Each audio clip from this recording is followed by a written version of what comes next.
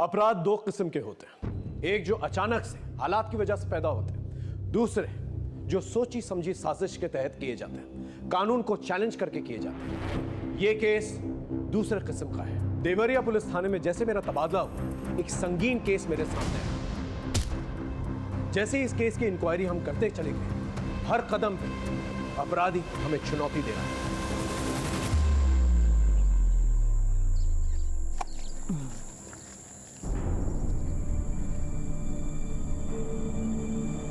क्यों हो रहे हो? इस बार नहीं तो अगली बार से। हाँ, हम कोशिश करते रहेंगे। देखना, जल्दी हमारे घर में बच्चा आ जाएगा। क्या आ जाएगा शोभा? तुमसे शादी करने के लिए मैंने घर वालों का लाया और रिश्ता टुकरा दिया, सबसे दूर हो गया, सबको नाराज किया। यहाँ रह रहा हूँ किराए के घर में। सोचा था उनकी नाराजगी दूर करने का सिर्फ एक रास्ता है कि मैं उनकी गोद में उनका पोता दे सकूं, ताकि हमारे रिश्ते सुधर सके। आप धीरज रखो, हम कोशिश कर रहे हैं ना। हाँ, और इलाज भी चल रहा है, हो जाएगा। कब हो जाएगा शोभा? 4 साल हो गए हमारी शादी को, 4 साल। अरे आप सुनो तो।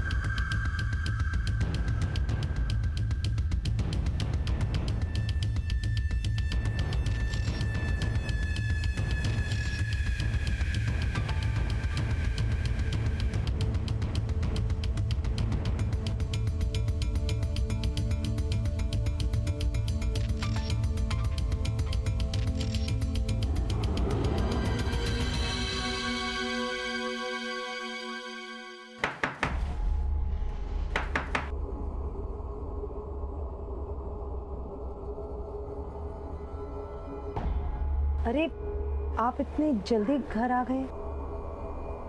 अरे काम खत्म हो गया तो जल्दी चला आया, और वैसे भी बाहर बहुत बारिश है, ऑफिस में लोग कम आए थे। तुम्हें क्या हुआ? तबीयत तो ठीक है तुम्हारी? नहीं नहीं, कुछ नहीं। वो पता नहीं क्यों आज पेट में हल्का हल्का सा दर्द हो रहा है मेरे। क्या डॉक्टर क्या चले? अरे नहीं नहीं, उसकी कोई ज़रूरत नहीं है। आप अभी अभी ऑफिस आए हो, आप फ्रेश हो जाओ, मैं बाद में चली जाऊंगी। पक्का?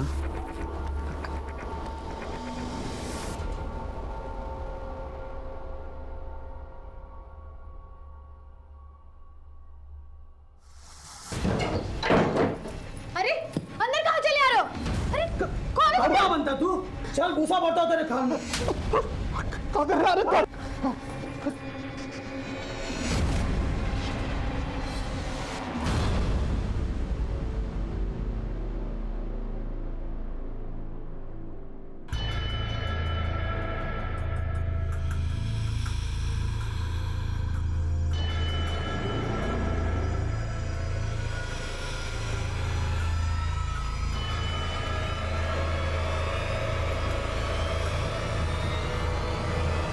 हवलदार साहब, इंस्पेक्टर साहब कहाँ हैं? अंदर। कब गायब हुई? सर कल शाम से गायब है और स्कूटी लेके गई है सर। आप कहाँ रहते हैं? सर मैं बाजूपुर में रहता हूँ, लेकिन मैं नौकरी लखनऊ में करता हूँ। सर कल मैं नौकरी पे गया था तो वो घर पे थी, लेकिन मैं वापस आया तो वो घर पे नहीं थी। मैंने हर जगह ढूंढा, वो कहीं नहीं मिली सर। उसका फ़ोन भी ट्राई किया, लेकिन वो स्विच ऑफ है सर। हो सकता है किसी दोस्त या रिश्तेदार के घर गई हो? नहीं सर, मेरे अलावा उसका ज़िंदगी में और कोई भी नहीं है। हम अपनी कार्रवाई शुरू करते हैं। आप बाहर जाके कंप्लेंट दर्ज करवा दीजिए। Thank you sir. अभिषेक, ये फोटो और स्कूटी नंबर लेके सब जगह सर्कुलेट कर। चलो। ला ला ला ला ला ला ला ला ला।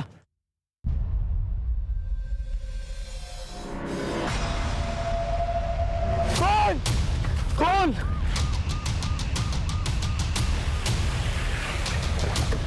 आइए सर।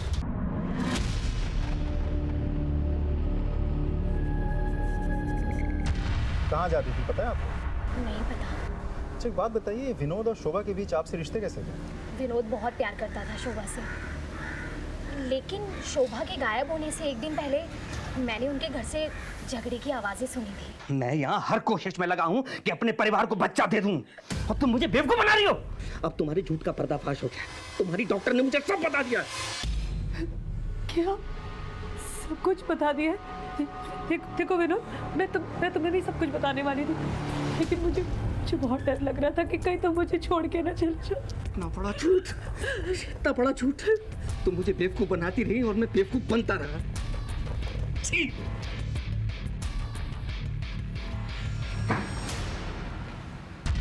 विनोद ने अपने परिवार से लड़के शोभा से शादी करी थी। इसके लिए परिवार में अलगाव रहता था, और अब शोभा माँ भी नहीं बन पा रही थी, इसलिए दोनों बहुत दुखी रहते थे। लेकिन इस बात को लेके झगड़ा उसी दिन हुआ था पहली बार। ये विनोद के परिवार वाले कहाँ रहते हैं? साहब यही रहते हैं गांव में। शोभा की मौत के बाद से वो लोग भी यहाँ आने जाने लगे। हम थक गए ऐसी जिंदगी जीते जीते, हमको तो कुछ समझ में नहीं आ रहा हम क्या करें। भैया भी बहुत परेशान रहते हैं। अब इतनी दूर तो तुम लोग बैठे हो, कहा था ना गांव में आ जाओ, सब लोग हैं यहाँ पर, कुछ ना कुछ हो ही जाएगा। गांव तो आना ही है, लेकिन तुम जानती हो ना कितना मुश्किल है। हाँ लेकिन आ जाओ।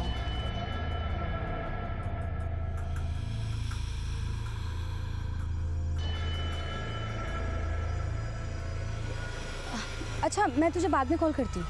हाँ हाँ ठीक है।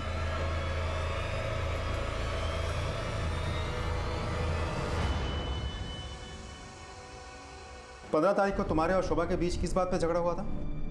झगड़ा? ये किसने कहा आपसे सर? पति पत्नी में छोटी मोटी नोकझोंक तो होती रहती सर। या फिर बच्चा ना होने की वजह से झगड़ा होता है। क्या है कि हमें पता है कि शोभा से आपकी शादी फैमिली के खिलाफ हुई थी, और जब शादी हो गई तो फैमिली के साथ आपने रिश्ता तोड़ दिया, और अब शोभा की मौत के बाद दोबारा से फैमिली से रिश्ते जुड़ गए। खैर, जब आप ऑफिस जाते थे तो शोभा घर से कहीं और जाती थी। कुछ आइडिया वो कहाँ जाती थी?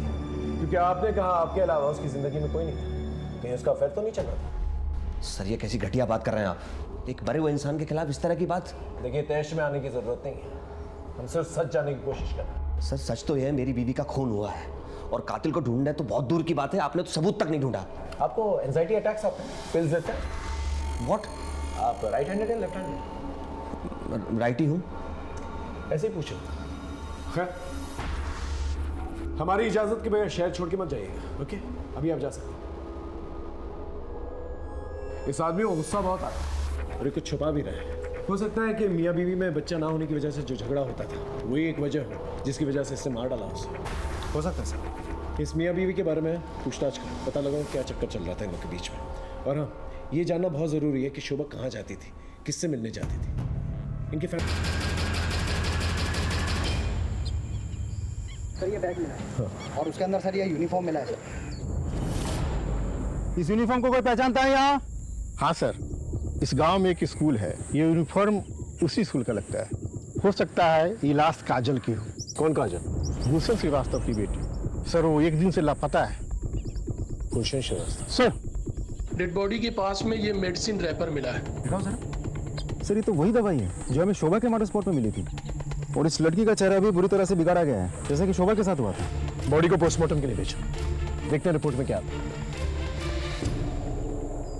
सर ये भी तो पॉसिबल हो सकता है कि ये दोनों मर्डर्स किसी एक ही आदमी ने किए हो। सर एक काम करते हैं, इस मेडिसिन के रैपर को आसपास के मेडिकल शॉप में जाके पूछताछ करते हैं, शायद हमें कुछ पता चल जाए। नॉट पॉसिबल अभिषेक। ये जो मेडिसिन है काफ़ी कॉमन मेडिसिन है, काफ़ी लोग इस्तेमाल करते होंगे इसका। इतने से एविडेंस के साथ कल्प्रिट तक पहुंचना थोड़ा मुश्किल होता है। हमें कोई और रूट लेना होगा। उस गुलशन का पता ले लो, ओके? आपकी बेटी गायब हुई थी, आप पुलिस वालों के पास क्यों नहीं आए? क्या करते साहब, ढूंढा उसे जाता है जो गुम हो जाए, जो भाग जाए उसे क्या ढूंढना साहब। सर ये लेटर छोड़ के गई है।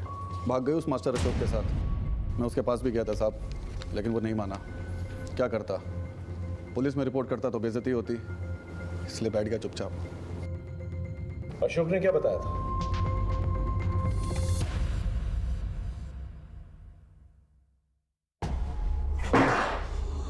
अशोक,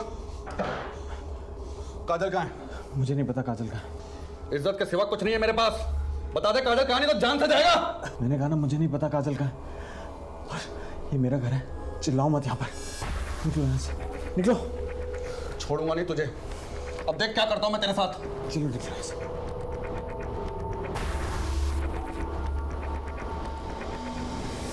कहाँ रहता है ये कोच?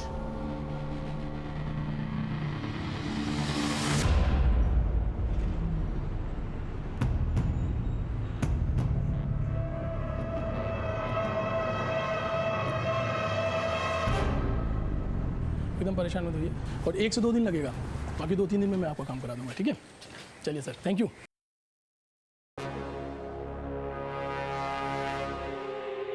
जी बताइए। सर अगर कोई पीछा कर रहा हो तो कंप्लेंट कहाँ लिखानी है? यही पुलिस स्टेशन में। वैसे कौन पीछा कर रहा है? सर पता नहीं। उसका हुलिया याद है जिससे हम उसका स्केच बनवा सकें? नहीं सर। आप परेशान मत हो, एक हेल्पलाइन नंबर है, आप इसको नोट कर लीजिए। Thank you.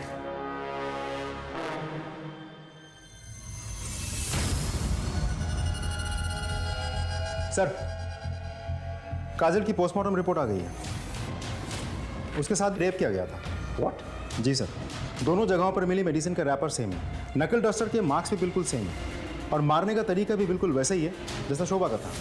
सर नहीं, ऐसा तो नहीं कि ये दोनों मर्डर्स एक दूसरे के साथ कनेक्टेड हैं। अभी फिलहाल किसी कंक्लूजन पे जंप नहीं कर सकते। हो सकता है एक महज इत्तेफाक हो। कुछ और इन्फॉर्मेशन मिली? जी सर, जिस रात काजल घर से भाग गई थी उस रात उसने अपने कोच अशोक को फ़ोन किया था। ये रही उसके कॉल डिटेल्स।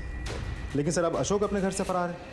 इसका मतलब गुलशन ने जो इल्ज़ाम लगाया था कि अशोक ने ही मदद की थी काजल को भगाने में, वो सच थी। गांव में कुछ और पता चला? नहीं सर, ना ही स्कूल से कोई और सस्पेक्ट मिला। आसपास के पुलिस थानों में पता करो कोई सेक्शुअल ऑफेंडर है कि नहीं, उसका नाम रिकॉर्ड में ज़रूर होगा। और इस अशोक के बारे में पता करो। जी सर, हमारी टीम ने अशोक की फोटोग्राफ्स हर जगह सर्कुलेट कर दी है। ज़्यादा दिनों तक वो बच नहीं पाएगा। उसके घर पे भी हमारी नज़र है। दोनों ही केसेस में मोडस ऑपरेंडी एक जैसी थी, और चोट के निशान ये बता रहे थे कि एक ही किस्म का हथियार यूज किया गया था। लेकिन दोनों अलग अलग गांव होने की वजह से अलग अलग तरीके से छानबीन कर रहे थे हम लोग। शोभा की निजी जिंदगी और काजल की निजी जिंदगी सीधी नहीं थी, इसलिए हमने उनके परिवार के हर एक सदस्य पे नजर रखी हुई थी। और इसी छानबीन के दौरान एक ऐसा राज सामने आया जिसने हमारी केस की दिशा बदल दी। सर, ये रहा बच्चा, इसी का नाम वैभव है। ये शोभा का बेटा है। शोभा अक्सर इससे मिलने यहाँ आया करती थी। वैभव बेटा, कैसा है तू? मैं ठीक हूँ। कितना कमजोर हो गया? मम्मी, मुझे आपके बगैर मन नहीं लगता। जल्दी तुझे यहाँ से ले जाऊंगी। मैं तेरा मनपसंद खाना लेकर आई हूँ।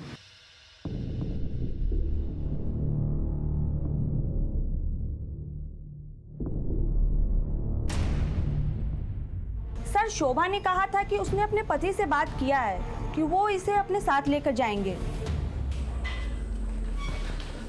क्या हुआ सर? क्या हुआ? चल चल बैठ बैठ बैठ, आराम से बैठ, हम तुझे बताते हैं क्या। पहले तू हमें ये बता, ये कौन? सर ये तो मेरे दोस्त गुलशन की बेटी है सर। इसका मर्डर। क्या? मर्डर? बिल्कुल उसी तरह जिस तरह से शोभा का। लेकिन सर आप ये मुझे क्यों बता रहे हैं? इसे पहचानता है? नहीं सर, इसे नहीं जानता मैं। ये शोभा का बेटा है जिसकी वजह से तूने शोभा को मार दिया। सर सच सच बता, उस दिन क्या हुआ? बस सर, मैं कसम खा रहा हूँ, मैं नहीं जानता था ये शोभा का बेटा है सर। उस दिन हॉस्टल जाते वक्त उसने हॉस्टल की वार्डन को सब कुछ बता दिया था कि उसने तुझे सब कुछ बता दिया। सच बोल। सर वो मेरे दिमाग से निकल गया। बताया था उसने सर मुझे, मैं भूल गया था सर।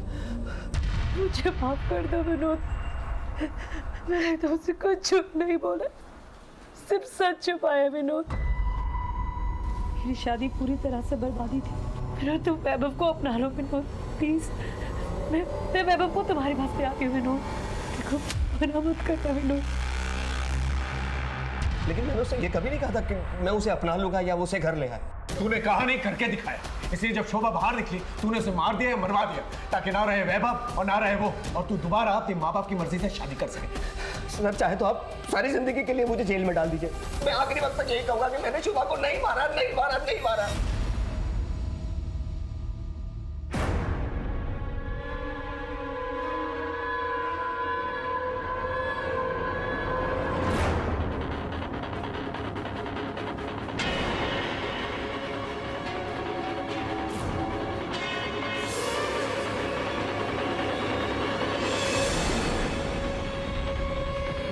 सर अशोक को लखनऊ के सर उसके छोटे भाई आशु को भी पता था, उसने उसे बताया था घर से जाने से पहले। ये बात उसने मुझे फोन पे बताई थी। हाँ सर, मैं जानता था। दीदी, ये जो तुम कर रही हो ना, बिल्कुल ठीक नहीं है। मैं जा रहा हूँ बाबा को उठाने के लिए। आशु देख, अगर तूने पापा को कुछ भी कहा तो तू मेरा मरा हुआ मुंह दिखेगा। इतनी मुश्किल से ऐसा मौका हाथ लगाए तो वो दिन की तो बात है, मैं आ जाऊंगी वापस। पापा की जितनी मार खानी होगी ना खा लूंगी, लेकिन तू चुप रहना। खा मेरी कसम, तू बाबा को कुछ नहीं कहेगा। मुझे लगा था कि दीदी 2 दिन में वापस आ जाएंगी। दीदी तो वापस आए नहीं, और बाबा इतना गुस्सा थे कि अगर मैं उन्हें बताता कि मुझे पता है कि दीदी कहाँ है तो वो मुझे जिंदा नहीं छोड़ते, इसलिए मैंने उन्हें कुछ भी नहीं बताया।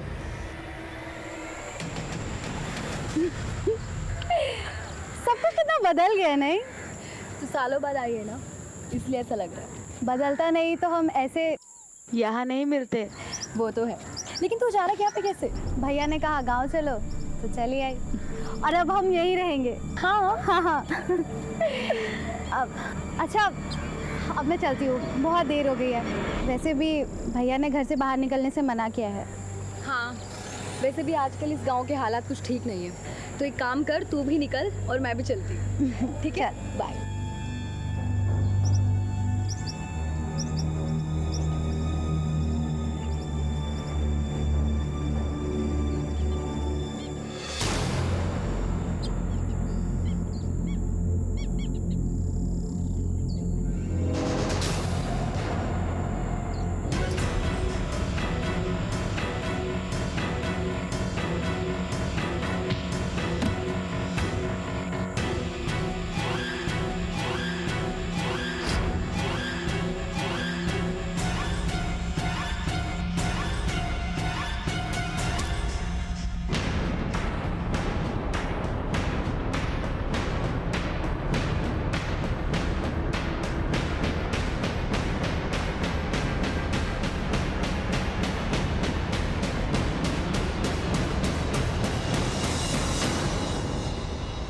इधर आ।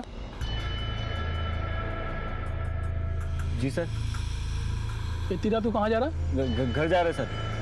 वैसे यहाँ आसपास खतरा बहुत है, कर क्या रहा है यहाँ पर? आगे आगे खेत है हमारे सर, वो देरी हो गई आज। चलो ठीक है, गाड़ी में बैठ लो, छोड़ देता। जी जी सर।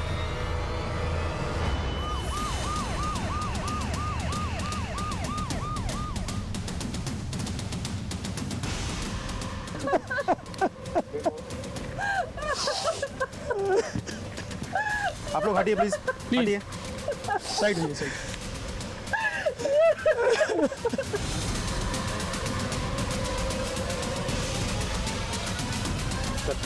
फिर से उसी तरीके से हत्या की गई है और सेक्सुअल असॉल्ट भी। सर ये लड़की तो 2 दिन पहले भी आई थी अपने पुलिस स्टेशन में। What? क्या कह रही थी? सर उसका कहना था कि कोई इसका पीछा कर रहा है। जब मैंने उससे पूछा तो उसने कहा नहीं पता, लेकिन मैंने सर उसे हेल्पलाइन नंबर भी दे दिया था। वो कह रही थी कि कोई उसका पीछा कर रहा है, लेकिन हमने कोई ध्यान नहीं दिया। कुछ बताया आप लोगों को कि कौन था वो? किसी की दुश्मनी थी उसकी? कुछ नहीं पता हम लोगों को। सर ये रैपर मिला। सर ये रैपर देखिए, बिल्कुल ऐसा ही मेडिसिन का रैपर हमें शोभा के मर्डर स्पॉट पर भी तो मिला था। जिस बेरहमी से मारा गया ऐसे किसी साइको किलर का ही काम हो सकता है। या तो ये तीनों की तीनों मर्डर्स जो हैं कनेक्टेड है, या फिर अनफॉर्चुनेटली ये तीनों की तीनों वो साइको किलर की नजर में आ गए। पॉसिबल है सर, क्योंकि सिर्फ मर्डर करना या रेप करना उसकी मंशा नहीं हो सकती। अब लगने लगा है कि किलर हमें चुनौती दे रहा है और हमारी हर एक मूवमेंट पे नजर रखा। सर कल शाम में जब मैं इधर पेट्रोलिंग पर था तभी उधर से एक आदमी आ रहा था। कौन था? सर उसने ये सब तो नहीं बताया, लेकिन उसने एक बात बताई थी कि उसका आसपास के एरिया में ज़मीन है, इस पूरे एरिया में जितने लोगों की जमीन है ना, उन सबसे पूछताछ करो और उस आदमी के बारे में ही पता करो, शायद उसे कुछ पता हो।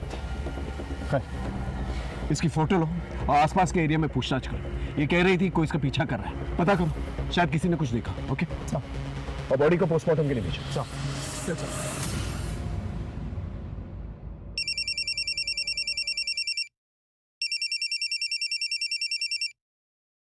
हेलो, सारिका की किसने हत्या कर दी? क्या? अंकिता, क्या हुआ? अच्छा, हम कुछ काम से बलरामपुर जा रहे हैं, कल सुबह तक आ जाएंगे। अंकिता, हम तुम्हारे लिए कुछ लाए हैं, ये देखो।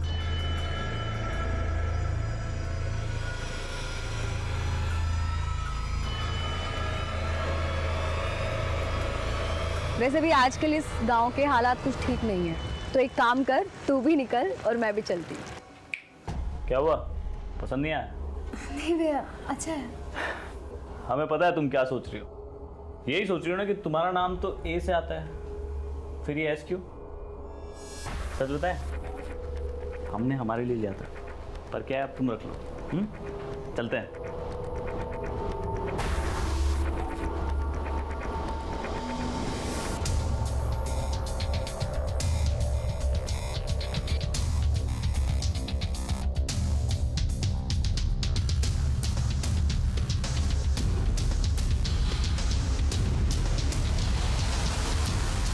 सर, उस एरिया में नदी के किनारे तक कुल 25 लोगों की ज़मीनें हैं। मैंने उन सभी लोगों से बात कर ली है, लेकिन सर वो आदमी नहीं मिला जो उस रात पेट्रोलिंग करते वक्त मिला था। इसका मतलब इस आदमी ने झूठ कहा था कि उसकी जमीन है उस पर। इस आदमी की स्केच बनाओ और पता करो ये गांव वाला है या बाहर से है। Okay, right sir. सर, हाँ, सारिका की पोस्टमार्टम रिपोर्ट आ गई है, उसके साथ भी रेप हुआ है। जी सर, काजल के बॉडी में हमें जो सीमेंट मिले थे उसके साथ सैंपल मैच कर गया है। एक और बात सर, इस बार भी वही नकल डस्टर यूज़ किया गया है और उसी तरीके से स्कल में छेद भी हुए हैं। और सर, मारने वाला इस बार भी राइट हैंडेड है। इसका मतलब ये किसी साइको किलर का ही काम है और ये सारिका उसकी तीसरी विक्टिम है। अब हम ये बात रूल आउट कर सकते हैं कि ये सब रैंडम किलिंग्स नहीं है। मतलब मान लो शोभा और काजल का मर्डर जो है एक महज इत्तेफाक है, लेकिन सारिका किसी और गांव से आई थी, उसे साइको किलर ने फॉलो किया होगा और मौका मिलते ही उसे मार डाला था। मतलब किसी के साथ जाती दुश्मनी। राइट। अब हमें यह पता लगाना होगा ये तीनों लड़कियों का कॉमन कनेक्शन क्या है। सर, इन तीनों मर्डर्स में कोई डायरेक्ट कनेक्शन तो मुझे लग नहीं रहा है, लेकिन हाँ, एक गहरा कनेक्शन तो है। काजल के पिताजी गुलशन, शोभा का हस्बैंड विनोद और सारिका का भाई मनोज, तीनों ही दोस्त हैं और दोस्ती बहुत गहरी है सर। यानी कि ये तीनों के तीनों जो दोस्त हैं, इनके साथ एक ही हादसा होता है। सर, हाँ, उस आदमी का स्केच बन गया। इस स्केच को सब जगह सर्कुलेट और मनोज और गुलशन को आने बताओ। Right sir. तुम तीनों से जो सवाल मैंने अलग अलग पूछा था, अब साथ में मिलकर पूछ लो। तुम तीनों का कोई तो दुश्मन है जो तुम लोगों से दुश्मनी निकाल रहा है। कुछ आइडिया कौन है वो? नहीं है। इसे पहचानते हो?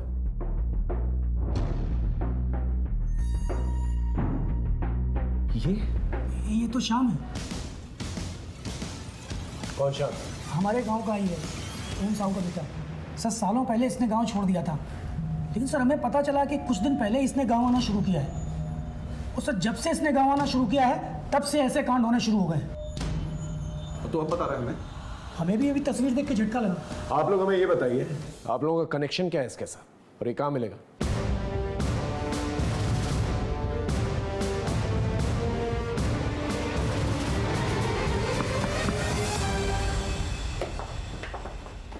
भैया घर पर नहीं। तो मैं कैसे मालूम तुम्हारे भैया से मिलना है? ये मेरी सहेली सारिका का लॉकेट।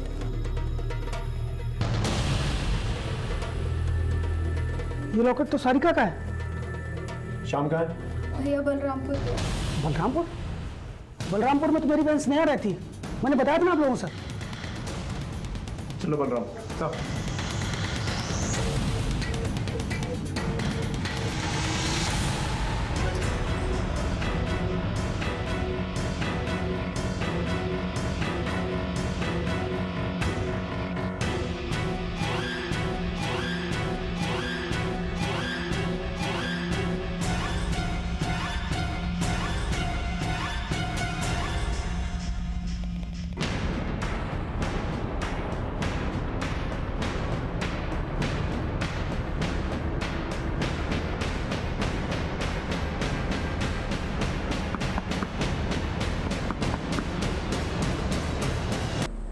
मगर गांव के बड़े और दबंग लोग गलत समझ बैठे।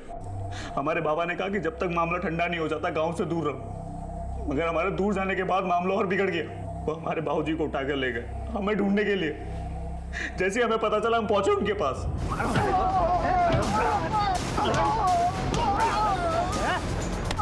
साले को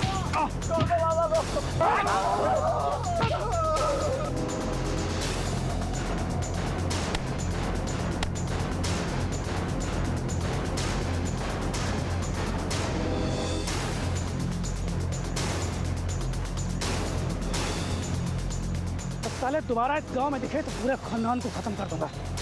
और सुन, अगली बार तेरी बहन मेरा शिकार होगी।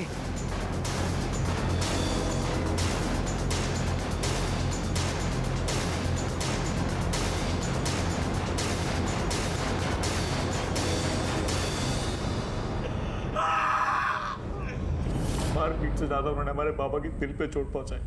एक चींटी नहीं मारी थी उन्होंने, जानवरों जैसा व्यवहार किया उनके साथ। वो हमारे बाबा की आत्मा तो उसी दिन मर गई थी, वो तो बस जी रहे थे। हड्डियां पकड़ ली थी उन्होंने, एक दिन से सक के दम तोड़ दिया।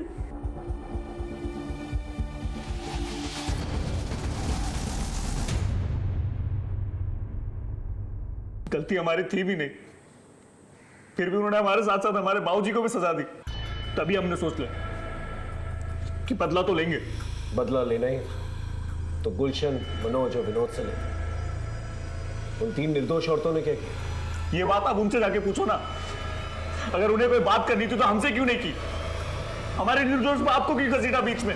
हम भी जताना चाहते थे उन्हें कि अपने सामने अपनों को मरता हुआ देख के कैसा लगता है। इसीलिए सबसे पहले हमने विनोद की बीबी शोभा को मारा, फिर गुलशन की बेटी काजल को, फिर मनोज की छोटी बहन सारिका को, और फिर स्नेहा को। हमारे बाबा के आत्मा को अब शांति मिल गई होगी।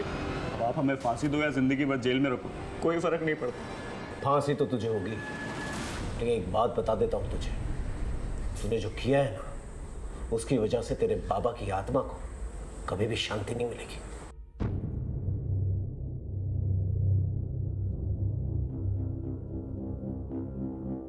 श्याम के दिल में अपने पिता के खिलाफ अत्याचार घर कर चुका था और एक सुलगते लावा की शक्ल ले रहा था। अंकिता को यह दस्तक जरूर मिली थी कि श्याम की जिंदगी में कुछ अजीब चल रहा है, लेकिन समझते समझते देर हो गई।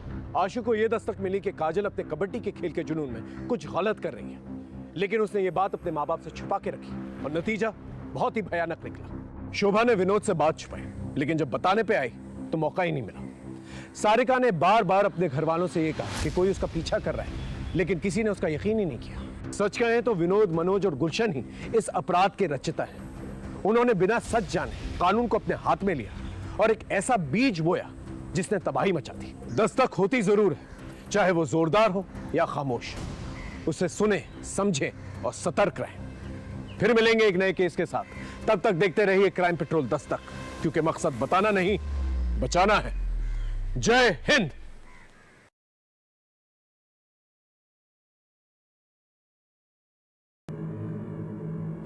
नहीं हुआ इस बार।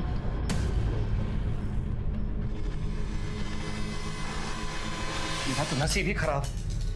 अरे निराश क्यों हो रहे हो? इस बार नहीं तो अगली बार से।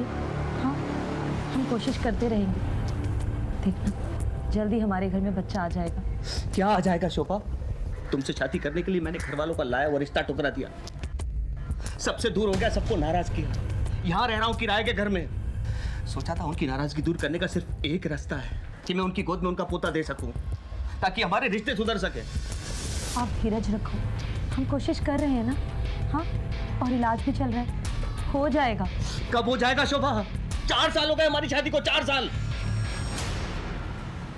अरे आप सुनो तो।